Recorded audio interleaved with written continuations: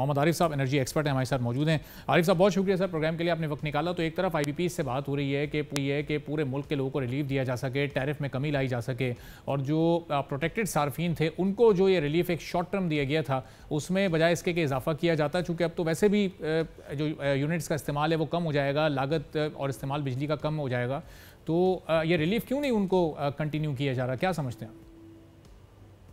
जी अस्सलामुअलैकुम।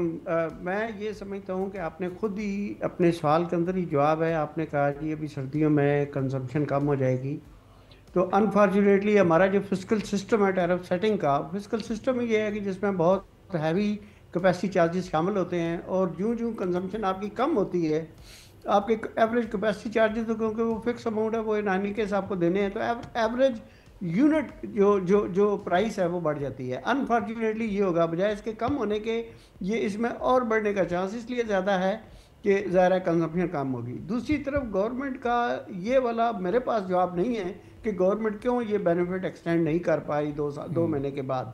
ये बेनिफिट था भी या नहीं था, ये भी एक और बात है। ये ज़्यादा पॉलिटिकल स्टंट ज़्यादा था, क्योंकि बहुत से लोग जो है वो इस ब्रैकेट में आते नहीं। उसमें बहुत सी कंडीशंस अटैच थी।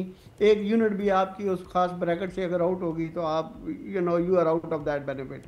वो किसी को मिला है या नहीं मिला, एटलीस्ट जो एक सेगमेंट ऑफ द सोसाइटी जो मेरे साथ कनेक्टेड है, सम हो, मेरे नॉलेज में तो ऐसा है ही नहीं है, लेकिन ज़रूर मिला होगा कोई लोअर लेवल पे जो विलेजेस के अंदर जिन लोगों की बहुत कम कंजम्पशन है, शायद ज़रूर मिला उनको।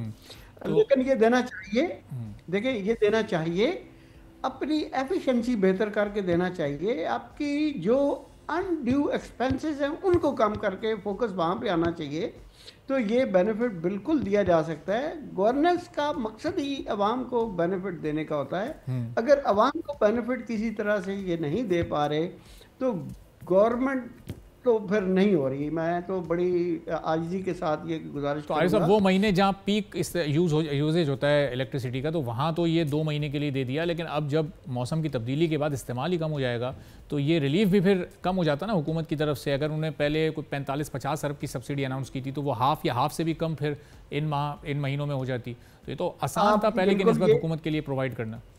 आपका ये गेस्टिमेट भी ठीक है, लेकिन दूसरी तरफ मैं अब थोड़ा सा हुकूमत की बात करूं या उनके बिहाफ पे बात करूं, तो वो ये है कि क्योंकि कंजम्पशन कम हो जाएगी और आपके कैपेसिटी चार्जेस वही रहेंगे, तो इसलिए हुकूमत को जो है ना वो पहले से ज़्यादा गैप लगेगा इसकी टोटल जो जिसको कहते हैं ना नेट इफेक्ट, हुकूमत को पहले से भी ज़्यादा आएगा। ठीक है, ऑल दो कंजम्पशन कम हो जाएगी। सो ये अजीब फिक्स ऐसी पोजीशन पे है। We don't want to basically look into this matter, we don't want to look into this mess comprehensively.